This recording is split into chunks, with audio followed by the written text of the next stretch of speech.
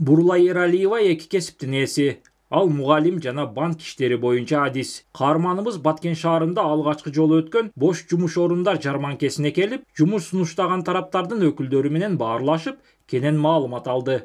2 жыл эми болду. Башталгыч класстарда окутканыма, алган дипломума. Банк иштерин алганыма 8 жыл болду. Азыр чындыгында ушул күндөрү сачына жумуш табуу кыйын мен үчүн. Балдарым чоңойду, эми жумуш издөө азыр вообще татаал да. Кыйын. Жакшы болуп калды, ошон үчүн жарманкеге катыштым. Мындай немелерин бердим дейт, онлайн үйдө отуруп эле резюмени жөнөтүп коюп катталып иштесем болот экен.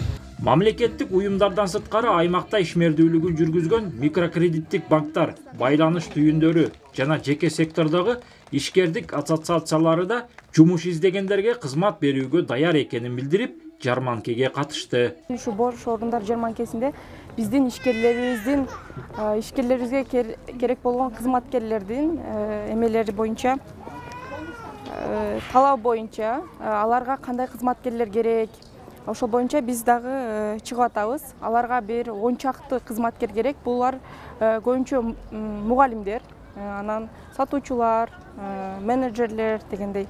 Жарманкени уюштурган Баткен мамлекеттик университетинин жетекчилигинин айтымында, окуу жайдын эмгек жамааты татыктуу кадрларды чыгарууну алдыңкы орунга койгон. Андыктан сандан сапатка өтүп, аз болсо да мыкты адистерди даярдап жатабыз дейт Батмунун ректору.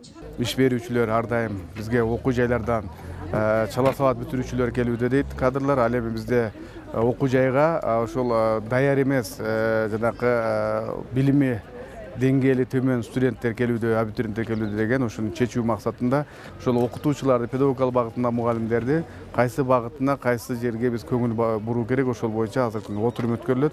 Белгилеп өтсөк, Баткен шаарында бош орундар жарманкеси алгачкы жолу жергиликтүү окуу жайдын демилгеси менен өттү. Ага жалпысынан аймактагы 20дан ашуун жумуш берүүчү ишканалар катышты.